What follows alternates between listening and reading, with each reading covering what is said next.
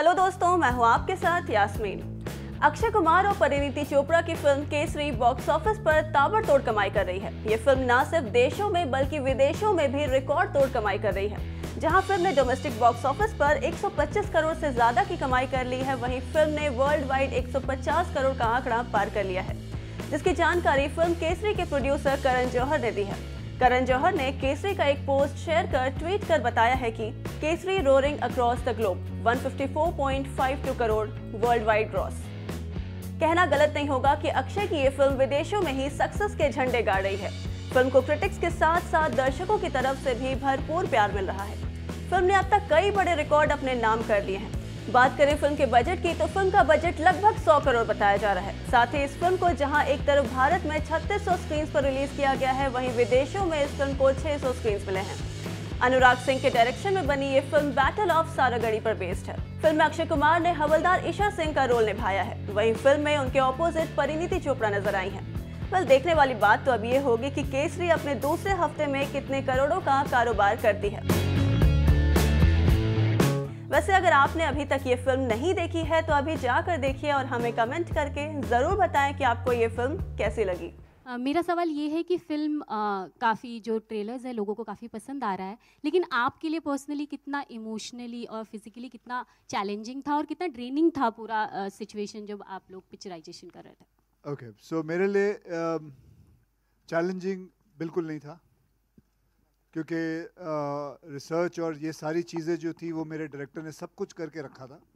और मतलब हर सवाल का जवाब इनके पास था। करीबन 1-1.25 साल से ये कहानी पे काम कर रहे थे, लिख रहे थे, रिसर्च कर रहे थे, और कई बार ये पंजाब भी गए हैं पता करने के लिए काफ़ी चीज़ें, और सब चीज़ों का उत्तर यही लेके आए। तो मैं कहूँगा कि जो चैलेंजिंग और रिसर्च पार्ट था वो इन्होंने मेरा संभाल लिया था। बाकी जहाँ रही ये फिल्म की बात, ये फिल्म मेरे लिए बहुत ही एक इमोशनल जर्नी रही है। मेरे पिताजी भी सोल्जर थे, आर्मी में थे, और ये भी एक कहानी उन सोल्जरों की है। मैं जब ये फिल्म कर रहा था तो मुझे बहुत अंदरूनी किस्म की अंदर से ही बहुत फील आती थी, और ऐसी चीज़ें हैं इस फिल्म के अंदर जो कि मतलब मैं विश्वास नहीं कर सकता कि लोग ऐसे भी होते हैं। मतलब आप इमेजिन कर सकते हैं कि 21 सिख, 21 सरदार एक फोर्ट के अंदर हैं, और उनको पता है कि बाहर 10,000 लोग खड़े हैं उन्हें मारने के लिए। मौत तो निश्चित है, लेकिन फिर भी अपने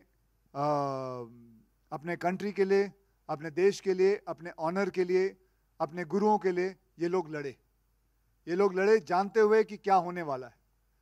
और ऐसा लड़े कि आज अगर आप गूगल में डालो कि 5 सबसे बड़ी बैटल कौन सी है, तो हमारा नंबर 2 पे आता है। ऐसा लड़े ये लोग कि पूरी दुनिया याद रखती है। मैं बस दुख तो इस बात का है कि ब्रिटिश जो है दे सेलिब्रेट सारागढ़ी डे, बट हमारे यहाँ इतिहास के पन्नों में ये कहीं खो गई। इसके बारे में ज़्यादा लोग नहीं जानते।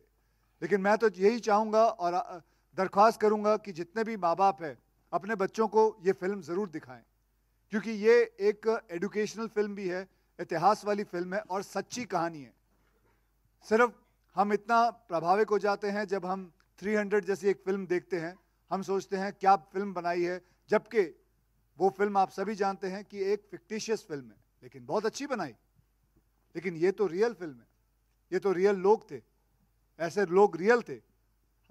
तो बहुत ही एक I can just tell you बहुत फील वाली रही है। और ख़ास करके जब इन्होंने मेरे डायरेक्टर ने मुझसे वो लास्ट के 15-20 मिनट जो फिल्म के अंदर है वो जो करवाया है, और ये ख़ास करके गाना ये लास्ट में आता है, एक वो वाली जर्नी है जब एक सोल्जर को गोली लगती है और उसके पास करीबन 30 या 35 या 40 सेकंड होते हैं, मृत्यु के एकदम नज़दीक आ चुका है। वो क्या सोचता है, वो 35 सेकंड के अंदर उसके अंदर वो सारी जो उसकी कथा होती है, जो बचपन से उसके गुजरी है, माँ बाप से लेके बीवी बच्चे से सब आ जाते हैं।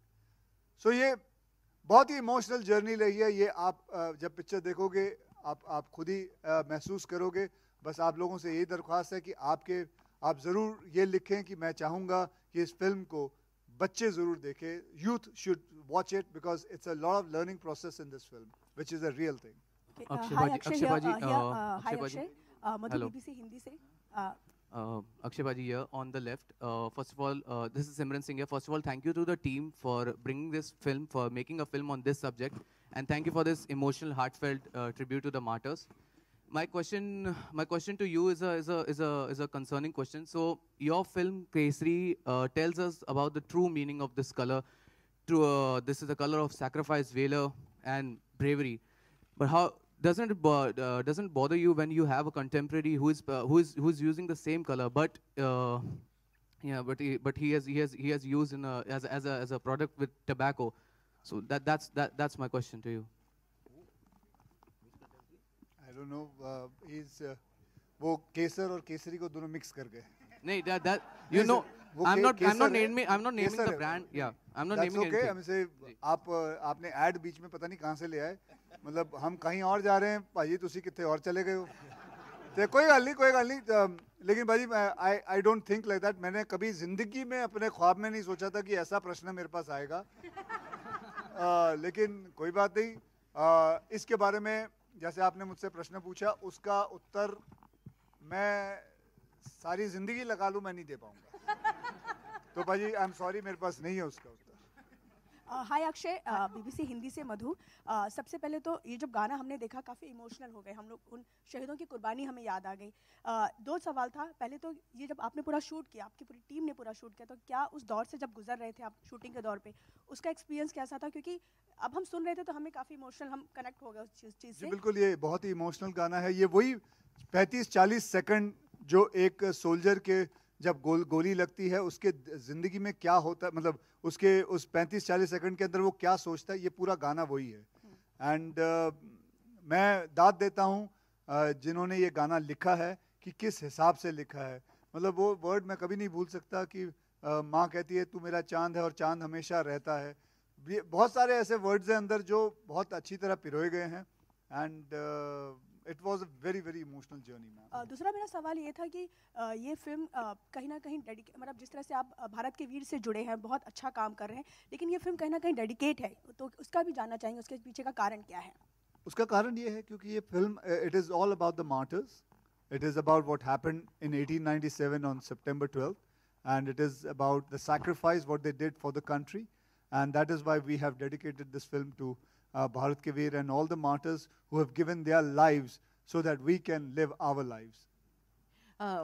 करण जी, मेरा सवाल आपसे है, इसी से ही कनेक्टेड जो मधु ने पूछा.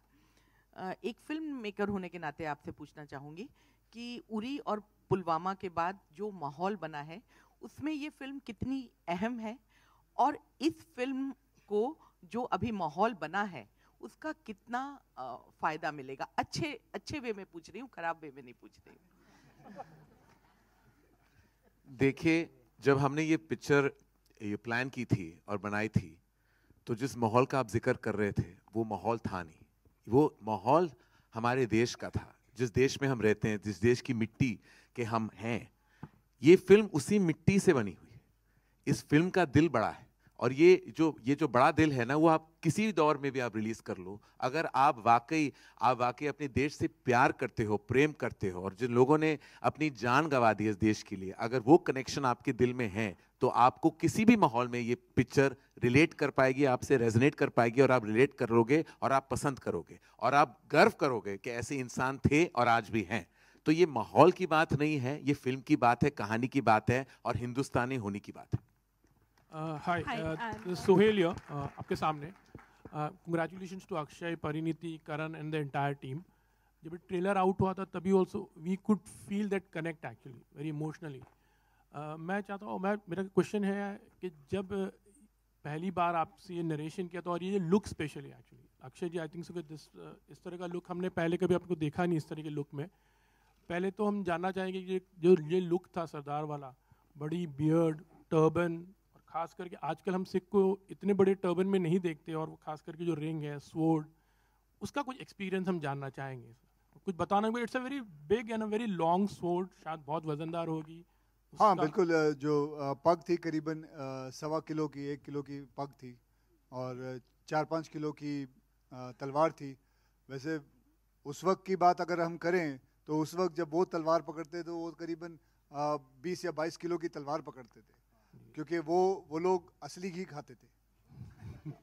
हम डालडा हम बराबर दही भी नहीं खा सकते।